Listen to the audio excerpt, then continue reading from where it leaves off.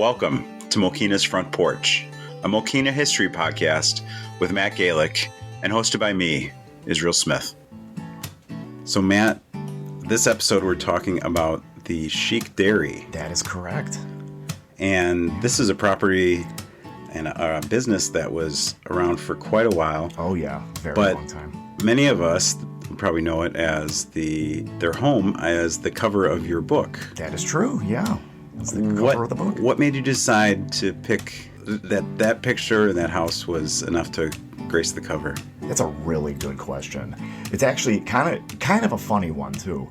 So as I was going through the pictures for the cover of the book, they have the publisher Arcadia had certain requirements, like has to be sort of a like a rectangular kind of image, one that's not necessarily too long, but just something that would fit easily on the cover of a book. And I had it narrowed down to a picture of the Scheik farm, the one that I ultimately went with, and the other option was the Hirsch Saloon, which is now, as we all know, Little L's on Front Street. And it was a really cool picture. The picture still made it into the book, but it was a really great picture from about 1905 or so, with a gentleman that I believe is actually Mr. Hirsch in a horse-drawn buggy in front of the building. And it would have fit awesomely on the cover. But then I thought, wait a second. I don't want Mokena being associated with a saloon. So, yeah. Although there were so many of them in the history of our town, I mean, in the 1870s, town of a population of a few hundred, there were 7 or 8 saloons. Figures it might have been the proper picture. Yeah. It might have been for the time. No, well, that's interesting because the house that the Scheiks lived in, where did that sit? That farmhouse, which is just pure Americana when I look at it. The family out front, Lester Scheik with his dog, Images of America. That's the series, and I thought that sums it up perfectly. But to actually answer your question, the Scheik farmhouse sat on Wolf Road, exactly on the site where Grease Lightning sits nowadays, the automotive place. Like if you know where the Peppermill restaurant is on Wolf Road, the house was immediately south of there, where Grease Lightning is. And in fact, the Scheik family's big dairy barn where they did their milking and all that kind of stuff, that sat where the restaurant is nowadays. And not to give away too much of the story too soon, but how long was that property on Wolf Road? For many, many years. I actually, once upon a time, dug out the original deed for that property at the Will County Recorder's Office. And if I'm not mistaken, wish I could have dug it out beforehand. It's around somewhere. But if I remember correctly, Philip Scheik, who is the family patriarch, bought that farm. It must have been in the 1860s, maybe a little after the end of the Civil War. And that farmhouse he built around 1870 or so. And the family owned and ran their business out of that property and lived at that property. They were still there into the 1980s, so over 100 years. Wow. Yeah, Mr. Scheik, Lester Scheik, who was the aforementioned Philip's grandson, passed away in that house in 1984. So it was, they were the only family that ever owned at least that farmhouse. It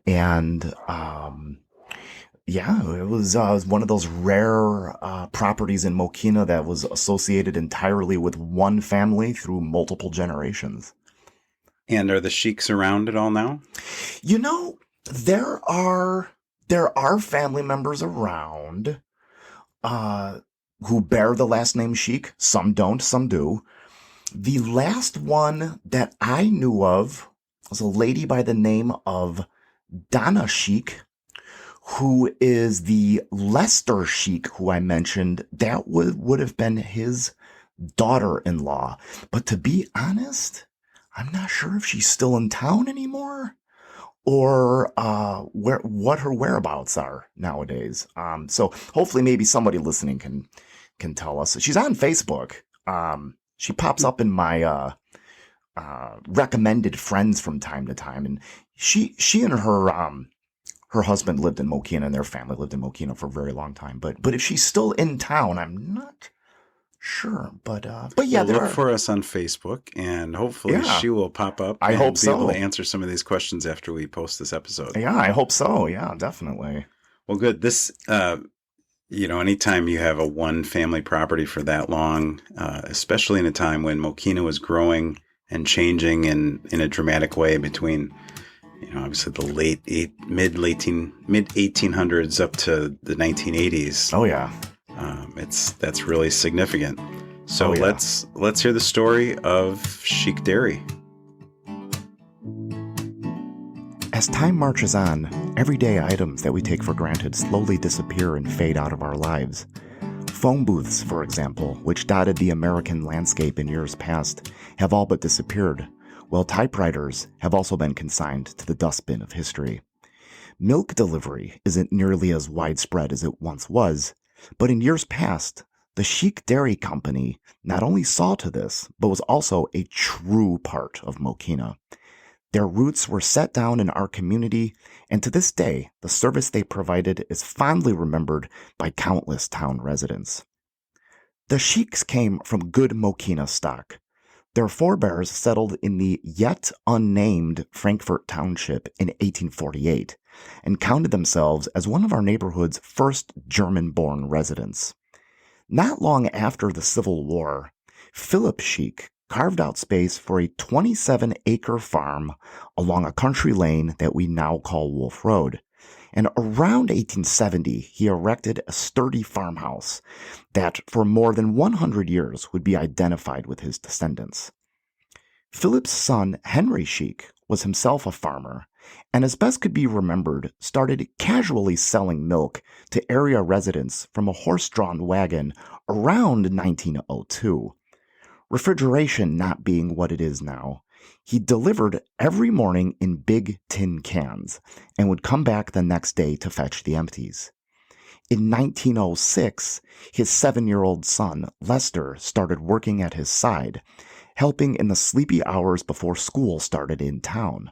In his later years, Lester would recall running like the devil before he was due for class almost a mile away on the corner of Front Street and the now aptly named Schoolhouse Road.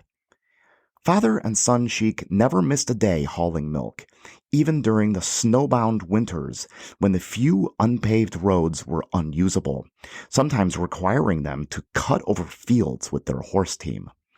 As their business expanded, they began to buy milk from some neighbors to augment their own supply, and eventually an outbuilding on the Wolf Road farm was built to be used as a dairy house. Milk was brought here from the large barn that stood where today's Peppermill restaurant is, when it was then put into a big cooling vessel. From there, it went to another contraption that could fill 4-quart or pint bottles at a time while also sealing them. In 1928, the business was passed completely to Lester Scheik when his father Henry retired from the milk route. In the 1930s, Lester did a little modernizing by replacing the old wagon with a truck, with which he literally lightened the load of deliveries to town. In its heyday, Scheik counted around 300 to 400 local customers a week. Lester was not without competition, however, as Marty Dairy operated across Wolf Road to the northwest from 1927 to 1945. Having stood appropriately at the current site of the creamery, this concern was run by another Mokena farming family of long establishment, but was never able to match the Scheiks' client base. By 1953, the Scheiks ran 3 different routes and supplied 95% of the village with not only milk, but also butter, cottage cheese, and orangeade. As it was since its birth, Scheiks Dairy was a family enterprise. Lester's wife, Julia, helped where she could, and their son Willis came in too at 20 in 1950. Daughters Joyce and Jean had a hand in making deliveries, who were well known in Mokena as being expert equestrians. The company was the kind of small-town business that had the same families as customers for years. There came a point where patrons could walk into one of the farm's small outbuildings on their own, take what they needed, and simply leave a note saying what they had taken along with some money. When the dairy finally made its last delivery in 1976, it owned 2 trucks and looked over a herd of 20 cows. Gas stations selling milk dotted the landscape, and the Scheiks trade was no longer profitable. Lester Scheik, the amiable patriarch of his family and business, passed away peacefully on October 6, 1984, in his landmark farmhouse on Wolf Road as he watched a ball game. By the time the 20th century was out, the old place was erased from the landscape and gave way to grease lightning at today's 19149 Wolf Road. Lester's grandson, Ralph Wiley, recently reminisced about his grandfather and the honored place he has in Mokena's history. "I've never been around a harder working man in my life," Wiley remembered. "They don't make 'em like Lester anymore." Another great story. Thank you. A historic property. Matt's blog has a lot of great photos of all of the podcasts we do that are based on his blog. There's great photos on there. So we put a link in the description. Make sure you check that out. Also, you can find it by Googling Matt's Old Mokena. Matt, if there's a direct address you want to give, again, you can do that. Sure, yeah. If anyone is interested in checking out the blog, which if you like the stories, I think you'll like the blog too, because there are, as Israel said, there are pictures and things like that that we can't transmit over the podcast. The direct URL of the blog is oldmokena.blogspot.com. And there you'll, so be sure to check that out. There's a lot of great information. Oh, thanks. Yeah. So on the story, my biggest question was, what is orangeade?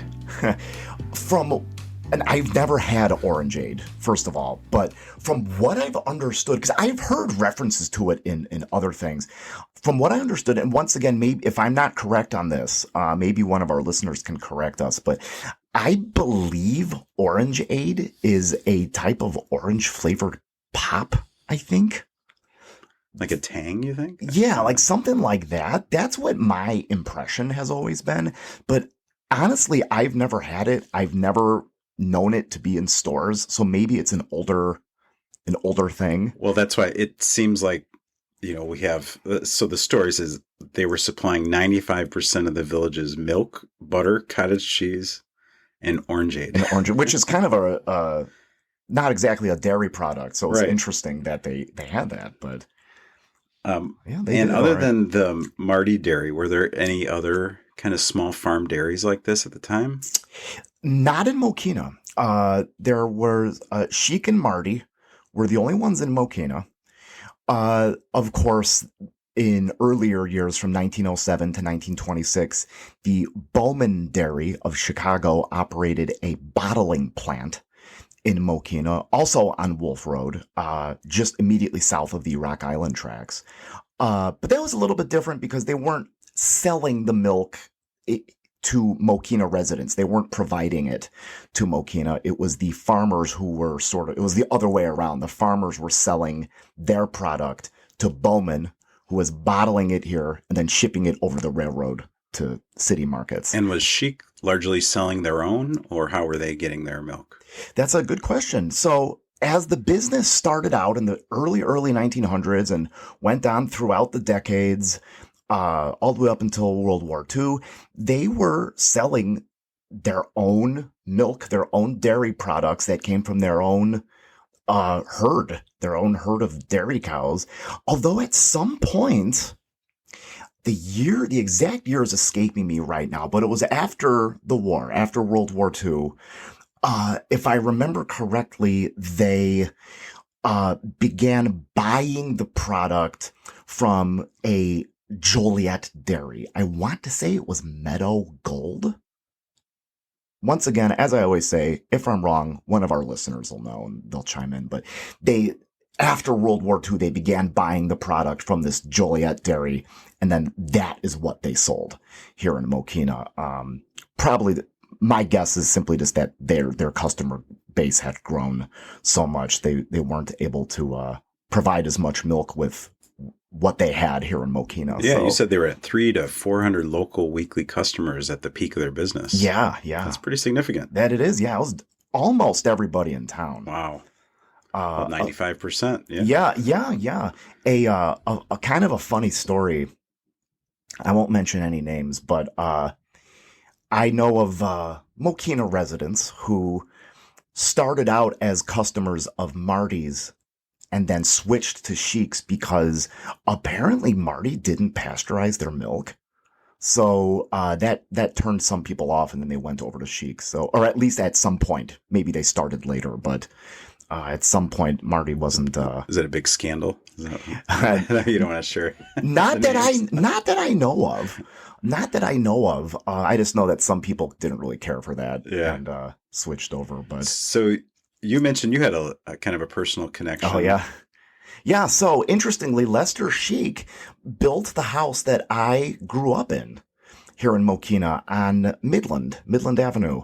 How that came to be is that Lester Scheik's brother-in-law, a guy by the name of Byron Nelson, was a carpenter. And the two gentlemen in the early 1930s pitched in together and bought the Mokena schoolhouse after it was vacated once the school on Carpenter Street was built. Incidentally, where Lester Scheik went to school on Front Street and Schoolhouse. They bought the old school and sort of, I guess I could say, disassembled it. To say tear it down doesn't really paint totally the most accurate picture, but they kind of took it apart and used all the lumber and the materials from the foundation, stuff like that, and used it to build a few houses in town. One of which is the one that was my home. So wow, yeah, it's cool to be at home and think, yeah, Lester Scheik stood right here. Wow. Where I am, him being such a storied figure in the history of Mokena. How many other houses do you know that they built? Let's see. I can think of definitely 3 that have been pointed out to me over the years by residents of a certain age.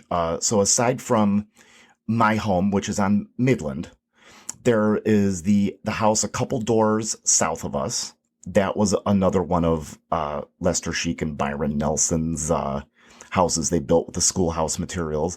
And there was another house is another house on Wolf Road. I believe it's vacant right now. How would I describe where this house is? So it's on Wolf Road on the east side of the road, maybe about 3 doors south of where Revere Road runs into Wolf Road. It is a 2-story, not quite Cape Cod, but a 2-story kind of older house.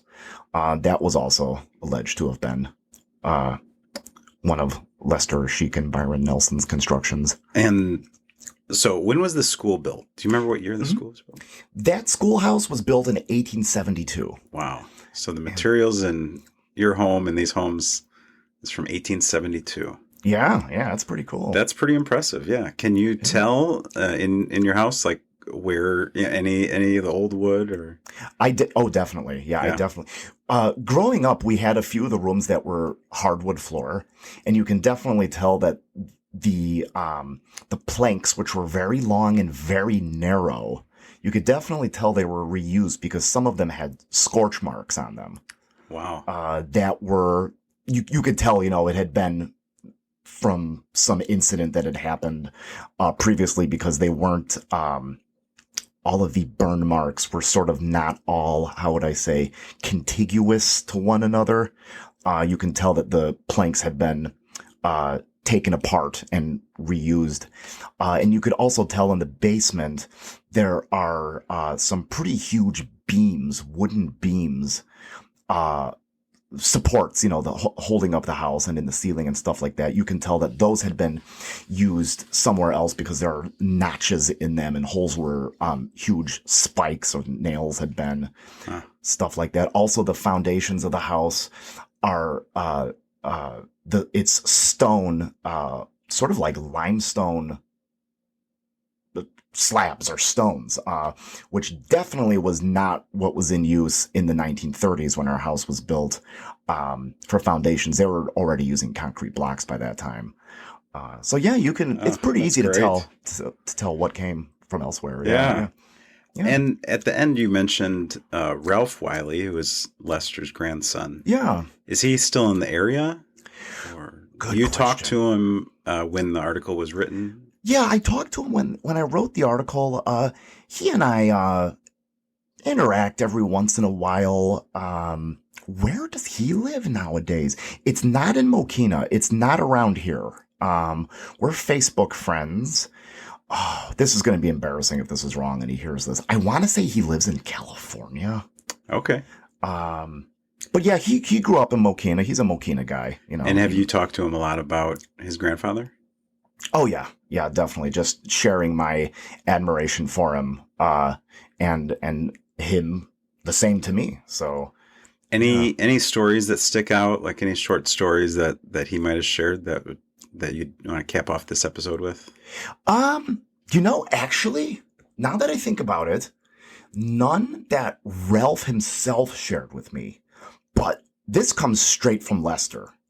Luckily, a few years before he passed away, a Mokena college student who I believe was going to JJC interviewed him for a history project. And she was kind enough to transcribe their conversations and have them. Where did I come across this? I believe they were archived in JJC's, so that's Joliet Junior College. I believe it was archived in their library.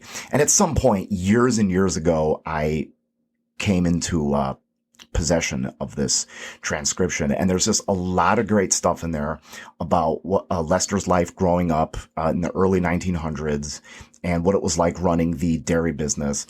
But one thing that sticks out when I think about that is in the piece, I mentioned how when winter came, that would really hamper things because, of course, there were no snowplows, at least not attached to trucks like they are today. Lester said that when he was growing up during winter, it was not uncommon for 191st Street to basically be closed for months due to snowfall. Months. Months. Oh, yeah. So like the whole season. And of course, in his time, when he was just a kid, 191st Street was basically just a farm lane. Nowhere near close to what it is now. But yeah, that's something I kind of think about and contrast to today, how it's like that would just be totally unimaginable to us now. Oh, absolutely. But for him, it was a way of, or a part of life when he was growing up. And they made do. They worked around it. They did what they had to do to make it work. Absolutely, they did.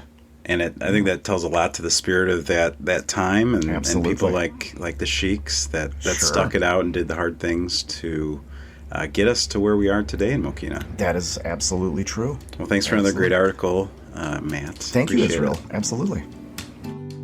Matt and I would like to thank you so much for listening. And if you're enjoying our podcast, we would love it if you would leave us a review on Spotify, Apple Podcasts, or wherever you get your podcasts. If you have an idea for a show or a question we can try to answer, you can just send us an email at MokenasFrontPorch@gmail.com. You can also send us a message through Facebook or Instagram by searching for Mokena's Front Porch. Thanks again for listening, and we'll see you next time on Mokena's Front Porch.